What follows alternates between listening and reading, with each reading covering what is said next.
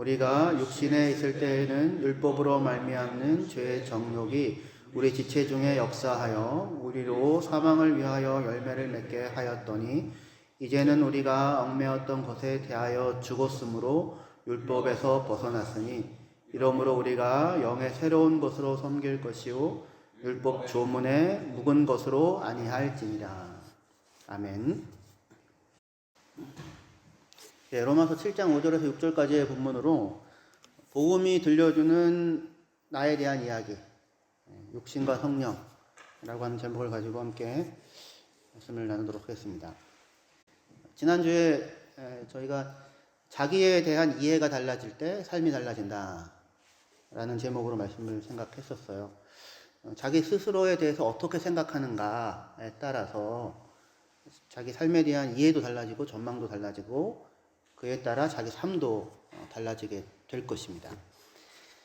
스스로를 죄의 종이라고 생각하고 그렇게 이해하고 사는 사람은 죄의 종으로 살게 되겠죠. 그죠? 죄에게서 해방되어 하나님의 자녀가 되었다라고 그렇게 스스로를 이해하고 생각하는 사람은 누구로 살게 되겠어요? 하나님의 자녀로 살게 되겠죠. 자기를 어떻게 이해하느냐가 중요합니다. 여러분은 누구십니까? 나는 누구입니까? 김한글 집사님? 당신은 누구십니까? 예, 하나님의 자녀입니까? 예. 지난주랑 답이 똑같네요. 정답을 얘기하시는데 나는 누구인가 라고 하는 자기를 어떤 사람으로 이해하느냐 되게 중요한데요. 나는 누구인가를 사실은 한국 사람뿐만 아니라 사람은 직업으로 자기를 소개하잖아요. 또는 관계, 누구의 아내다, 누구의 남편이다, 누구의 엄마다, 뭐 이런 식으로요. 다 소속에 대한 것인데 그것뿐만 아니라 나는 누구인가라는 물음을 우리는 이렇게 물을 수 있어요. 이렇게 생각할 수 있는데 나는 어느 이야기에 속해 있는 누구인가? 어느 이야기 속에 어떤 역할을 하고 있는 사람인가? 라고 스스로를 묻고 이해할 수도 있습니다.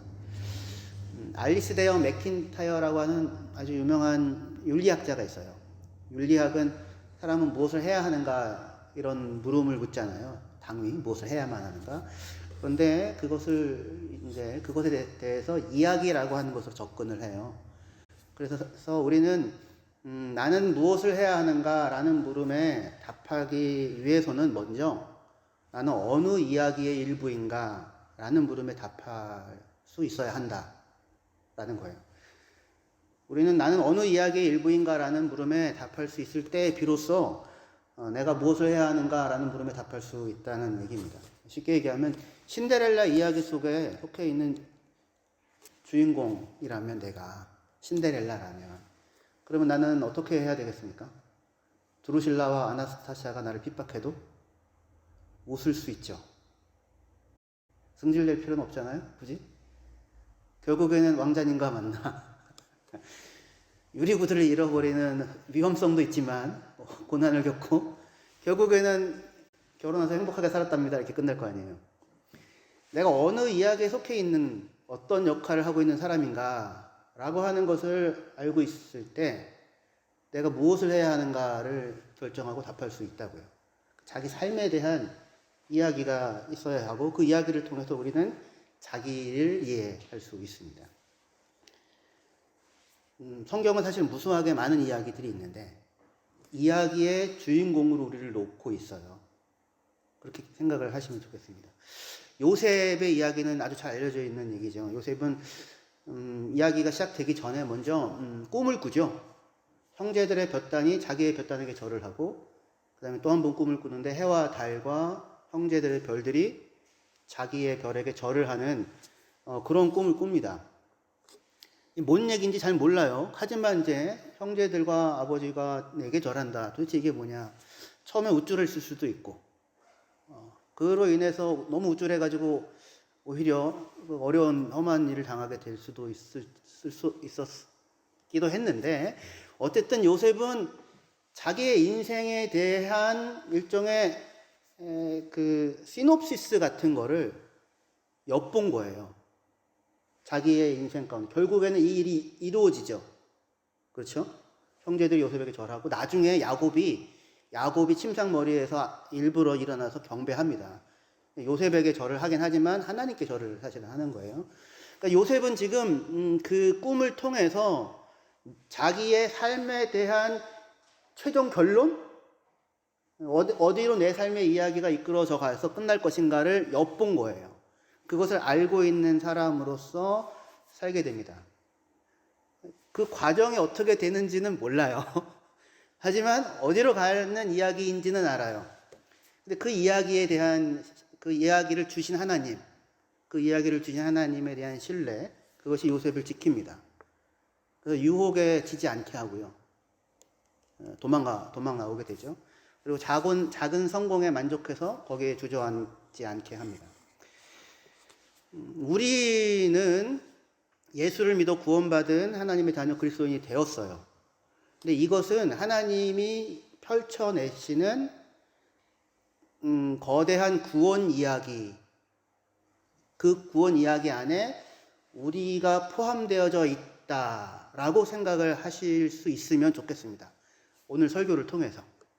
그러니까 내가 그냥 이전에는 하나님 모르고 죄 짓고 살다가 이제는 예수 믿어서 좀 착하게 살아야지, 이런 차원으로 구원을 생각하지 말고, 그런 어떤 생각의 변화, 가치관의 변화, 뭐 이런 차원으로 생각하지 말고, 우리에게 일어난 구원을 하나님이 예수 그리스도를 통하여 우리를 죄와 사망에서 건지시고 하나님의 나라 안에 넣으셔서 그 완성을 향해 나아가는 그 이야기에 내가 속해 있다, 거기에 주인공이다라는 그 역할을 하고 있는 사람이다라는 차원에서 우리 구원을 볼 수 있고 봐야 한다라고 하는 것이 오늘 함께 살펴보려고 하는 내용입니다. 그래서 우리는 오늘 이제 로마서 7장을 읽었는데, 로마서 7, 8장을 다만 개인의 갈등이나 절망, 그곳에서의 구원에 대한 이야기로 읽지 않고 하나님께서 예수님을 통해 이루어가는 구원의 이야기라고 하는 큰 전망을 가지고 로마서를 읽어보려고 합니다. 본문에 한번 보실게요. 로마서 7장 5절 6절. 다시 읽을게요. 다시 5절 6절. 시작. 우리가 육신에 있을 때는 율법으로 말미암는 죄의 정욕이 우리 지체 중에 역사하여 우리로 사망을 위하여 열매를 맺게 하였더니 이제는 우리가 얽매였던 것에 대하여 죽었으므로 율법에서 벗어났으니 이러므로 우리가 영의 새로운 것으로 섬길 것이요 율법 조문에 묵은 것으로 아니할지니라. 두 개의 시대가 구분돼요. 두 개의 시대가 나타납니다. 전에는, 5절에 따르면 전에는 우리가 어디에 있었었대요? 육신에 있었대요. 우리가 육신에 있었을 때에, 육신 안에 있었을 때에, 전에는 우리가 육신 안에 있었었는데 6절에 따르면 지금은 우리가 어디에 있답니까? 이제는 우리가 얽매였던 것에 대해서 죽었고 율법에서 벗어나서 영의 새로운 것으로 섬긴대요. 다시 얘기해서 다른 말로 하면 성령 안에 있게 되었습니다. 두 시대가 있어요. 하나는 육신이라는 말로 대표되는 시대이고 하나는 성령이라는 말로 대표되는 시대예요. 전에는 우리가 육신에 있었는데 지금은 우리가 성령의 새로움 안에 있다. 이렇게요. 근데 우리가 전에는 육신에 있었는데 지금 성령의 새로움 안에 있게 된 것은 그 전에 있던 육신에 대해서 우리가 죽었고, 그리고 성령으로 대표되는 새로운 시대 안에서 새로운 생명을 얻어 태어나게 된 거예요. 지난주 얘기로 따지면 죄에 대하여 죽고 하나님을 향하여 살게 되었다. 지난주에 그렇게 얘기했죠. 그렇게 여기라고요, 스스로. 전에는 우리가 육신 안에 있었는데 지금은 우리가 성령 안에 있게 되었다. 두 개의 시대로 이야기를 하고 있다고 하는 게 중요해요. 무슨 얘기냐면 우리는 구원에 대해서 내 안에 여전히 죄가 있고 죄와 싸우고 그 다음에 하나님 말씀에 순종하고 살아야지 라고 하는 이런 개인적인 차원에서만 생각을 하잖아요. 아니에요? 그런데 지금 로마서가 지금 보여주는 거는 크게 전에는 우리가 육신 안에 있었었는데 그때는 우리가 죄의 종이었고 지금은 우리가 성령 안에 있어서 성령의 새로움 안에서 새 생명을 살게 되었다라고 하는 이 큰 이야기 안에 하나님이 육신 안에 있어서 죄의 종로로 타던 사람들을 예수를 통해 보내어 건져내어 구원하여 이제 새 생명 가운데 넣으셔서 지금 일하고 계신다. 구원의 이야기라고 하는 것으로 우리의 삶을 설명한다는 것입니다. 로마서 8장 9절에 보시면은요. 만일 너희 속에 하나님의 영이 거하시면 너희가 육신에 있지 아니하고 영에 있나니 누구든지 그리스도의 영이 없으면 그리스도의 사람이 아니라. 만일 너희 속에 하나님의 영이 거하면 그 사람은 어디에 있대요? 영에 있대요. 영 안에, 성령 안에. 어디 안에 있지 않고 더 이상 육신 안에 있지 않고. 그러니까 두 개가 서로 이렇게 물과 기름처럼, 그죠? 육신 안에 있던지 성령 안에 있던지인데, 이거를 내가 스스로 내가 하나님 말씀 잘 들으면 난 성령 안에 있고, 그렇지 않으면 다시 육신 안으로 돌아가고, 이렇게 생각하지 마시고, 지금 여기서 육신과 성령은 시대를 나누는 표현이다. 그렇게 생각을 하시면 좋겠습니다. 성령의 새로움이 오자 비로소 육신이라는 표현이 가능해져요. 무슨 얘기냐면,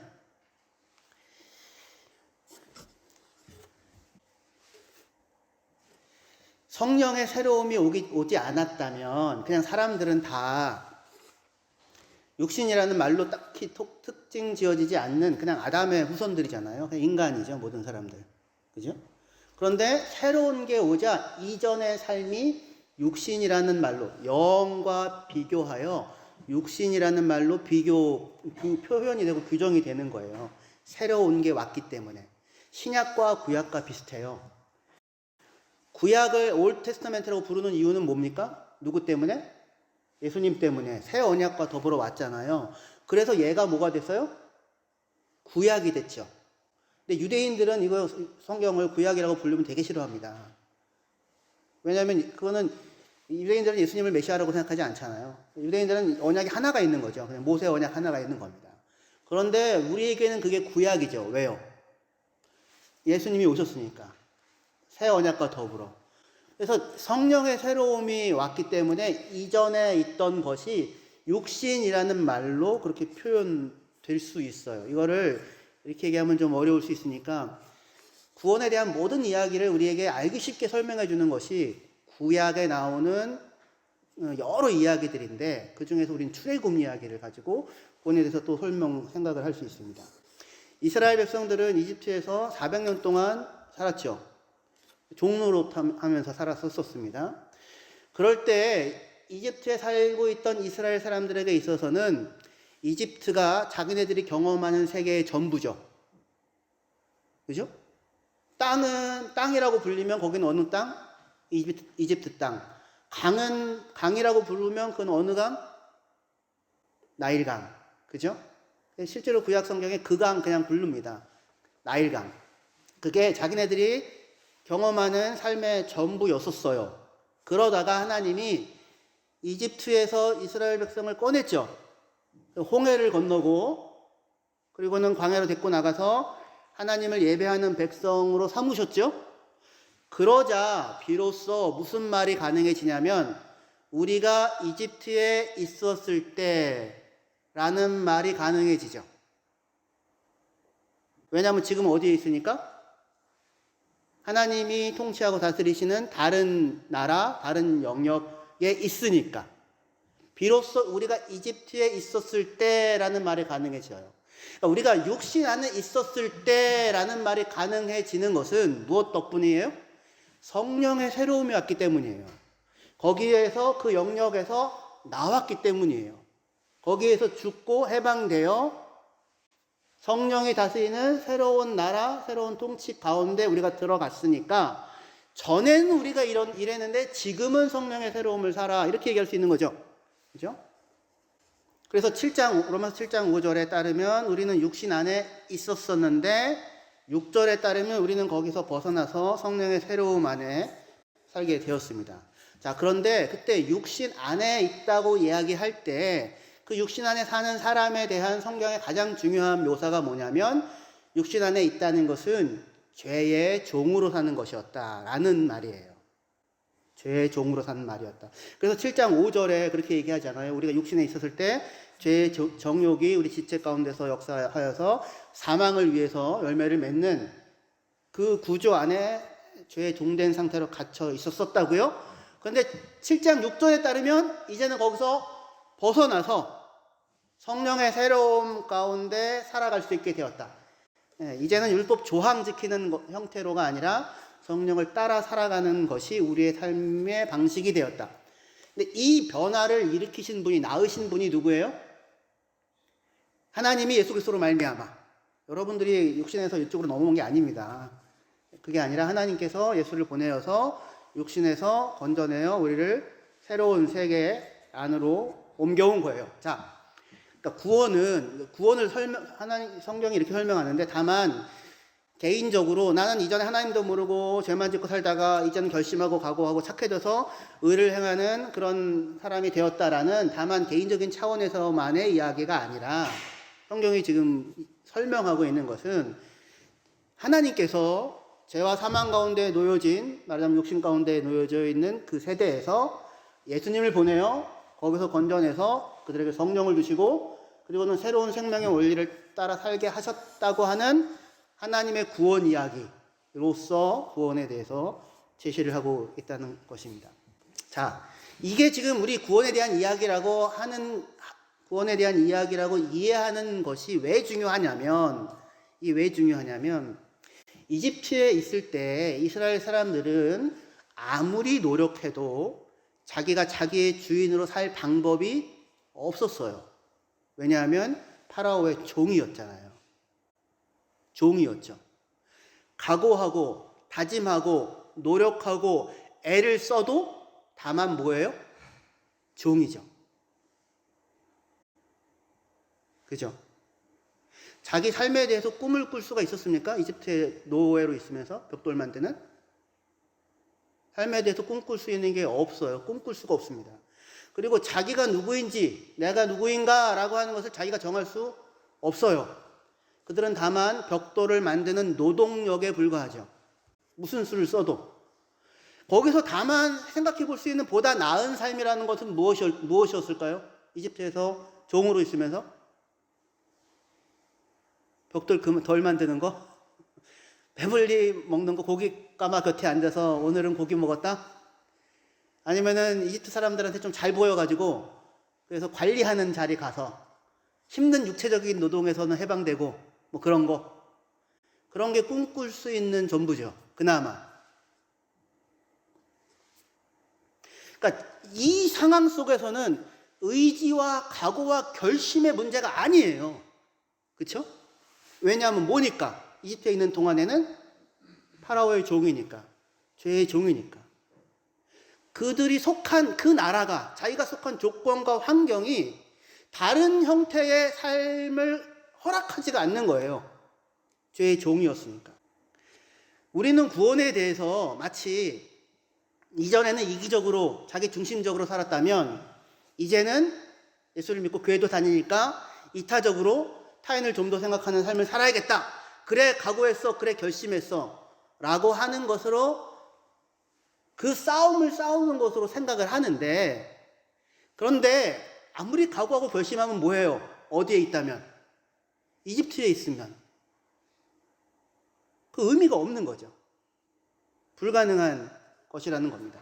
그러니까 다만 각오와 결심이나 가치관의 변화에 대한 이야기가 아니라 그 영역에서의 해방, 육신에서의 해방, 성령의 새로움이라고 하는 것이 오지 않으면 결코 시작되어질 수 없는 그 죄와 사망의 죽음에서, 그 질곡에서, 노예된 상태에서 벗어날 길이 없는 우리를 하나님이 예수를 보내어 건져내어 이 나라, 성령과 더불어 온 이 나라 백성 삼으셨다 라고 하는 것에 성경에 얘기하는 구원의 이야기가 있는 것입니다.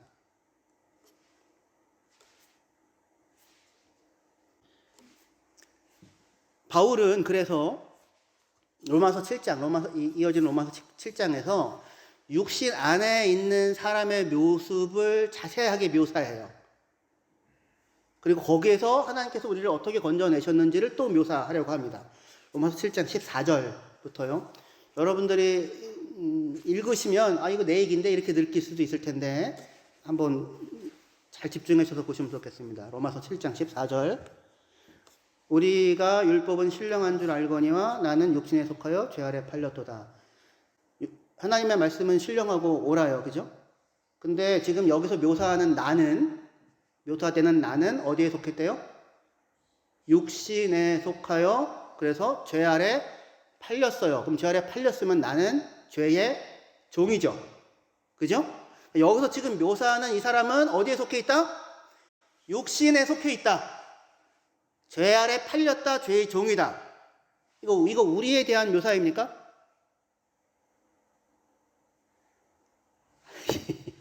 육신 안에 있어요? 성령 안에 있어요? 성령 안에 있습니다. 이집트에 아직 사세요? 나는 육신 안에 있다고 얘기하시면 육신을 살 수밖에 없습니다. 그럼 이집트의 종이에요. 다시 돌아가실래요? 다시. 지금 이 사람은 어디에 속해 있대요? 육신 안에 속하여 어디에 팔려 있어요? 죄 아래 팔려 있어요. 그러니까 죄가 산 거예요. 죄가 주인이에요. 죄의 종이죠. 그러면 이건 우리에 대한 얘기입니까? 아니에요. 왜냐하면 우리는 어디 안에 있으니까? 성령 안에 있으니까. 목사님, 저 날마다 성령 충만해가지고 살지 않는데요. 맨날 죄짓기도 하고, 막 어젯밤도 뭐 딴짓하고 막 이랬는데, 이런 얘기를 하는 게 아니에요, 지금. 이집트에서 살고 있느냐? 아니면 하나님이 꺼내가지고 지금 광야를 걷고 있느냐? 이 문제예요. 어디에 있어요? 하나님이 꺼냈잖아요. 이집트에 더 이상 있지 않잖아요. 육신 안에 있었다가 그 시대, 400년 동안 사는 시대가 끝나고 하나님이 능력으로 예수 그리스도로 물과 피와 성령으로 찾아오셔서 우리를 건져내셔서 다른 영역, 다른 나라, 다른 통치 원리 가운데 우리를 넣으시고 일하고 계세요. 이해되시죠? 욕심과 성령을 내 안에서의 스스로의 싸움으로 생각하지 마시고 시대의 구분으로 생각을 하세요. 이전에는 육신에 있었었는데 지금은 성령의 새로움으로 살고 있다. 이거예요. 그럼 지금 여기 묘사하는 이 사람은 근데 육신에 속하여 죄 아래 팔려있는 죄인이에요. 그죠? 죄의 종이에요. 근데 이 사람이 모습을 보면 꼭 내 얘기하는 것 같아. 나도 이거 잘 알아. 이유는 뭡니까? 우리도 전에 어디에 있었으니까? 육신에 있었으니까. 그러니까 너무 이게 생생하고 익숙한 거예요. 이스라엘 백성이 이집트에서 오랫동안 종으로 살았죠? 출애굽을 했어요. 그럼 이스라엘 백성은 지금 어디에 있어요? 광야에 있잖아요. 하나님의 백성으로 있죠. 근데 하나님으로 백성으로 살아온 삶의 경험은 요만큼이에요. 어느 경험이 훨씬 많아요? 이집트에서 육신 안에서 죄의 종으로 살던 경험이 뼛속 깊이 있었던 사람들이잖아요. 그러니까 여기가 익숙해요. 하지만 이 사람들 지금 어디에 있어요? 육신 안에 있는 게 아니고 이집트에 있는 게 아니고 성령 안에, 하나님의 나라 안에, 하나님의 통치 가운데 있잖아요. 그렇죠? 자, 그리고 나서 그렇게 생각하고 이걸 읽어봅시다. 15절부터요. 내가 행하는 것을 내가 알지 못하노니 곧 내가 원하는 것은 행하지 아니하고 도리어 미워하는 것을 행함이라. 만일 내가 원하지 아니하는 그것을 행하면 내가 이로써 율법이 선한 것을 시인하오니 이제는 그것을 행하는 자가 내가 아니요 내 속에 거하는 죄니라. 내 속 곧 내 육신에 선한 것이 거하지 아니하는 줄을 아노니 원함은 내게 있으나 선을 행하는 것은 없노라. 내가 원하는 바 선은 행하지 아니하고 도리어 원하지 아니하는 바 악을 행하는도다. 만일 내가 원하지 아니하는 그것을 행하면 이를 행하는 자가 내가 아니요 내 속에 거하는 죄니라. 이렇게 지금 묘사를 하고 있습니다. 지금 이 사람은 육신에 속하여 죄 아래 팔려있는 죄의 종이에요. 말하자면 아직도 이집트에 있어요. 전에는 우리도 육신에 속해 있었어요. 근데 이 사람이 종인 이유는, 죄의 종인 이유는 자기가 자기의 주인이 아니에요. 무슨 얘기냐면 무엇이 옳다를 알아요. 그게 마땅하다고 인정해요. 그리고 그대로 살고 싶어 해요. 나 그렇게 하고 싶어. 그런데 행하고 있는 것은, 하는 모습은 내가 원하는 선을 행하는 게 아니라 원치 아니하는 것을 행하고 있어요. 그쵸? 이 사람이. 그러면 이 사람은 자기의 주인입니까?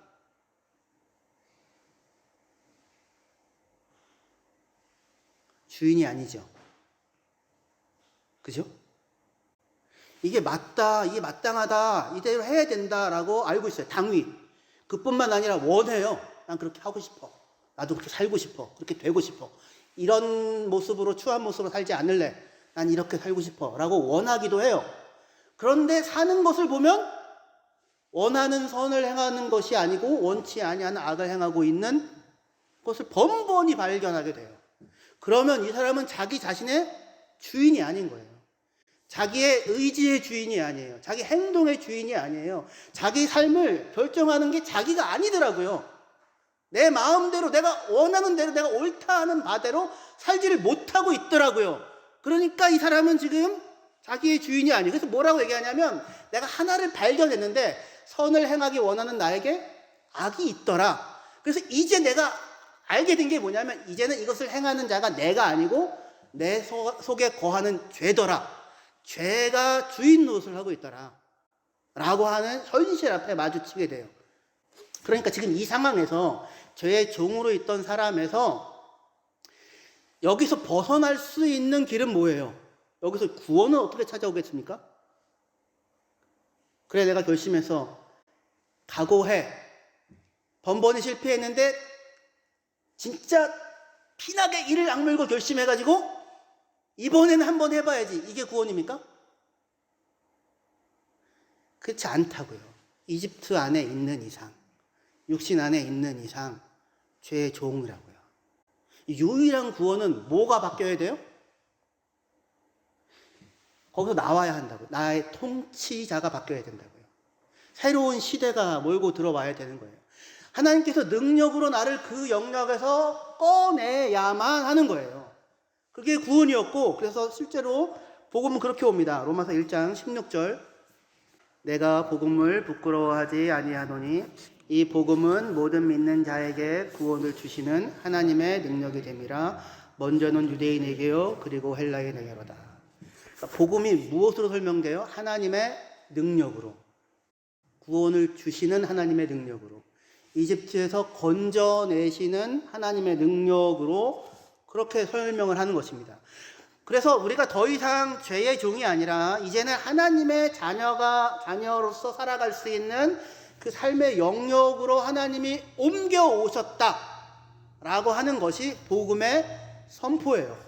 새로운 왕의 통치가, 성령의 통치가 이제 시작되었다라고 이야기를 하는 것입니다. 그리하여 이전에는 우리가 아무리 각오하고 결심해도 스스로 뜻하는 대로, 원하는 대로 살아갈 수 없었다면 이제는 우리가 성령의 새로움 안에서 하나님의 뜻을 행하며 살아갈 수 있는 자가 된 거예요. 왜냐하면 죄의 통치에서 해방되었으니까.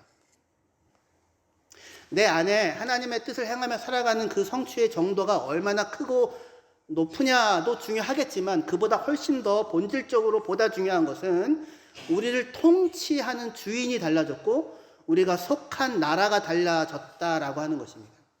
우리에게는 이제 성령이 주어져서 성령이 우리를 다스리고 성령이 우리를 인도하고 성령이 우리를 도와주는 하나님 나라에 속한 백성이 되었어요.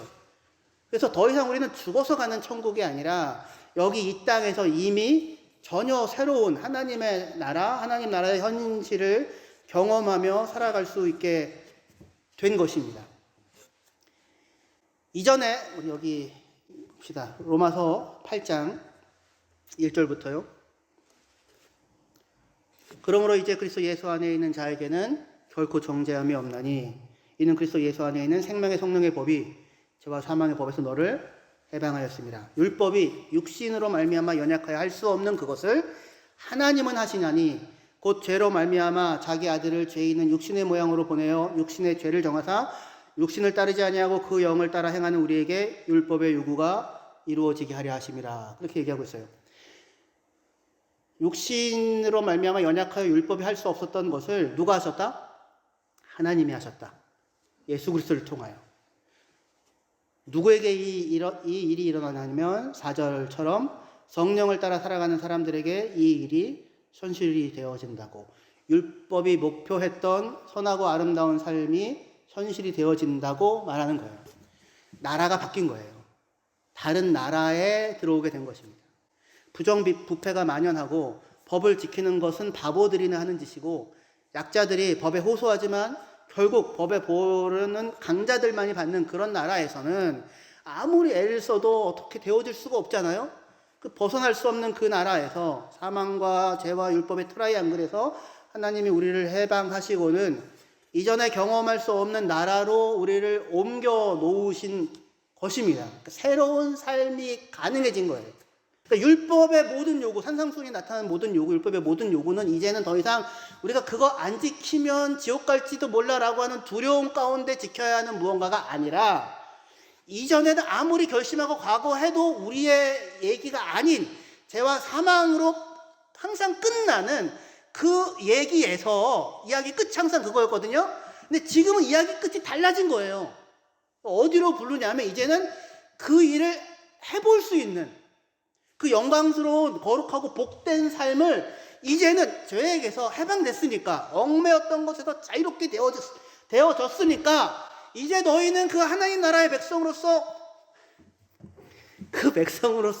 비로소 살아갈 수 있는 한 걸음을 걸어라. 그리고 그것을 실천해라. 그 성공을 누려라.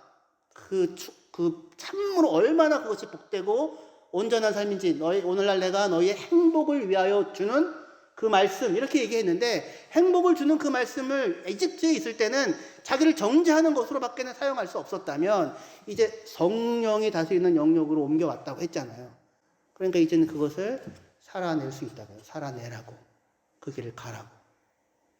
그게 우리가 속한 나라라고. 그렇게 말씀을 하시는 것입니다. 이 일에 저와 여러분들이 주인공이에요.